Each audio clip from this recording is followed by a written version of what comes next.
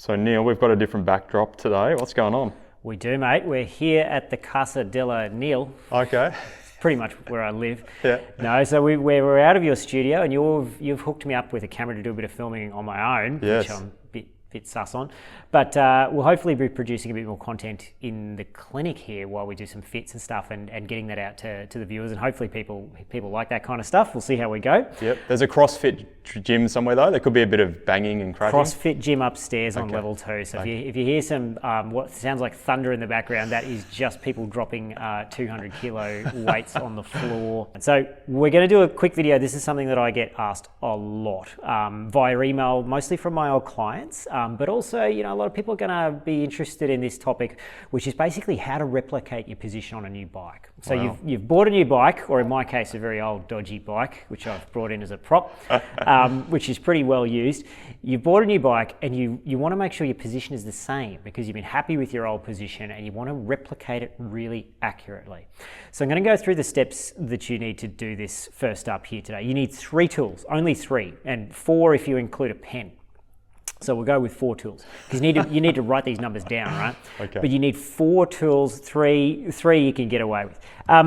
A spirit level. The spirit level needs to be 120 millimeters, 120 centimeters long, right? 1200 millimeters. And that is because most road bikes have got a wheelbase of about a meter, so it needs to be able to extend longer than that. You can get cheap ones from Audi, can't you? You can, they're super accurate too. Yeah, they're perfect for what we want to do. No, so preferably get a good one if you can. As long as it's fairly close. It doesn't need to be within a quarter of a degree accurate, but it needs to be fairly accurate. This is a self-leveling laser projector. This basically fires a vertical line, out onto a wall or something, right? These can be had from eBay for $50.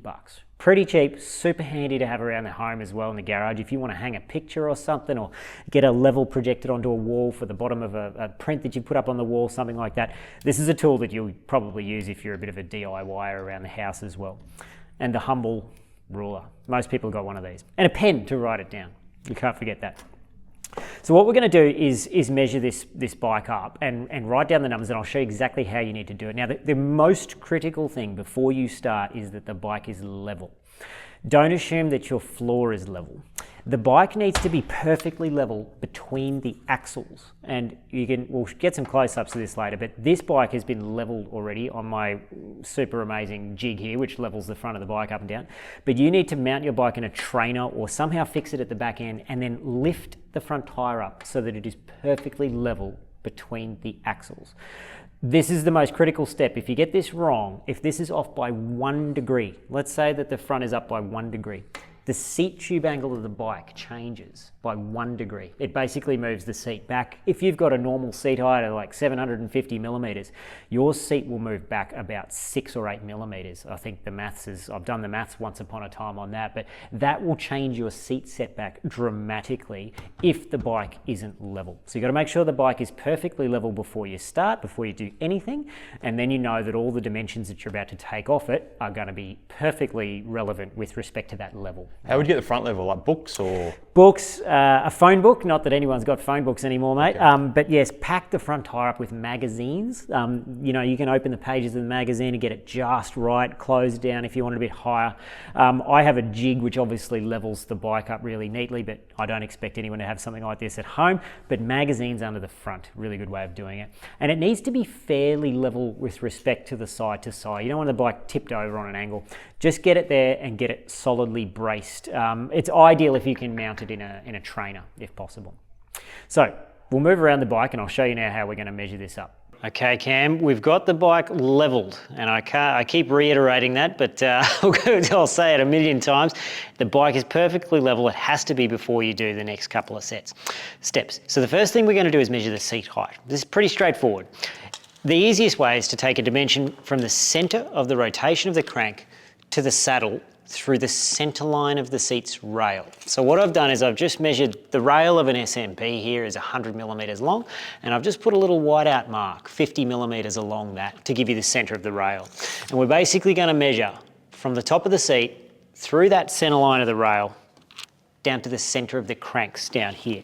So this bike measures 733 millimeters to that dimension. Write that one down.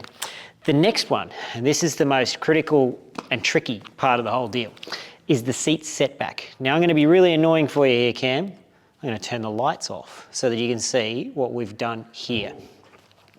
So what we've got here is the laser is projecting a line through the centre of the crank perpendicular to the bike. So we're effectively going, I've just managed to bump that slightly, we're effectively going through the centre of the left-hand side pedal, the centre of the crank, and the centre of the other pedal. And hopefully that'll come up on the video fairly well. Might be a bit hard to see.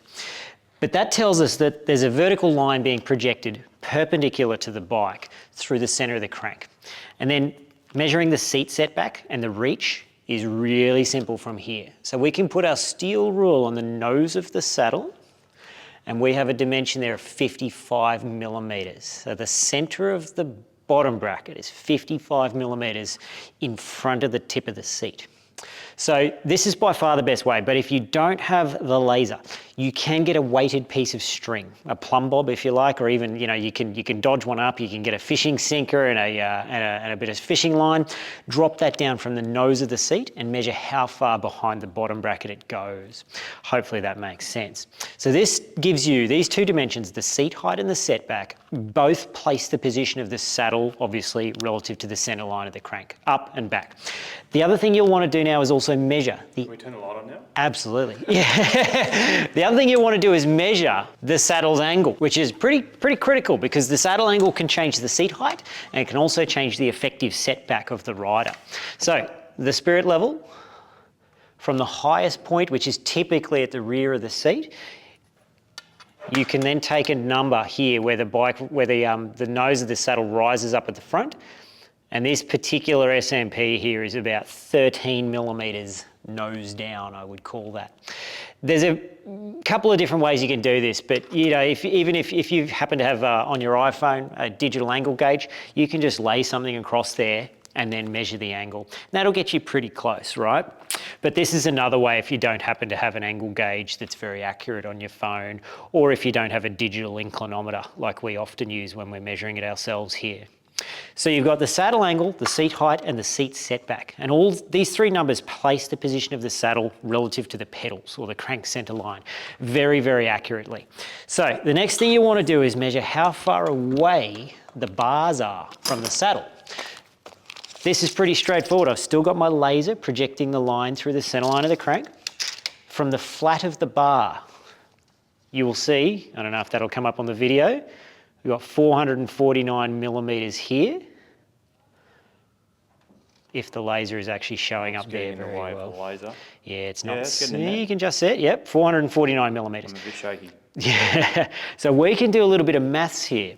We can take 449 millimetres plus the 55 that we measured back to the saddle, plus 16 millimetres to the centre of the bar. The bars have a radius of 32 millimetres, give or take 0.2 millimetres. So if you then add 16 millimetres to that dimension, you will get a number which is from the tip of the seat to the centre of the bars. And you can use that number obviously to replicate that onto your next bike. So then you know how far away the centre of the bar is relative to the tip of the seat. The last thing that you need to then measure is the drop. So from the highest point of the seat again to the top of the bar, we're going to take a level. I should probably just get my finger a little bit more vertical on there. And I've got pretty much 90 millimetres of drop to the top of the bar. So that would, if we were measuring to the centre of the bar, that would be 106 millimetres to the theoretical centre of the bar.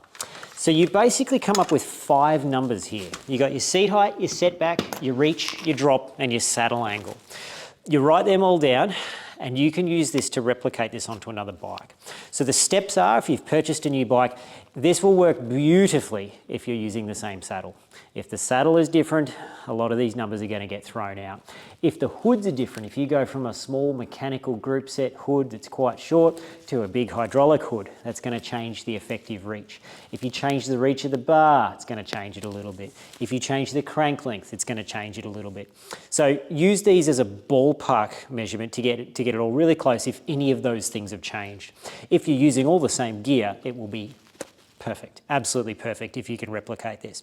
So if you're replicating onto a new bike, set the saddle angle first, then the seat height and the setback, and just keep going back and forth between them. If you need to raise the seat, you'll notice that it moves back a bit further.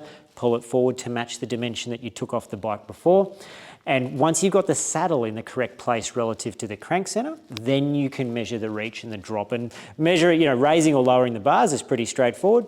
Changing the reach might require a longer or a shorter stem. Now, if a lot of let's say you've got a different group set on your new bike, one of the tricks you can do is to grab your tape and measure from the center or the nose of the seat out to the hood. And this is what I would call an angular reach dimension. And in this case, from the tip of the saddle there out to the back edge of this hood where your hand would effectively sit is going to measure about 655 millimeters.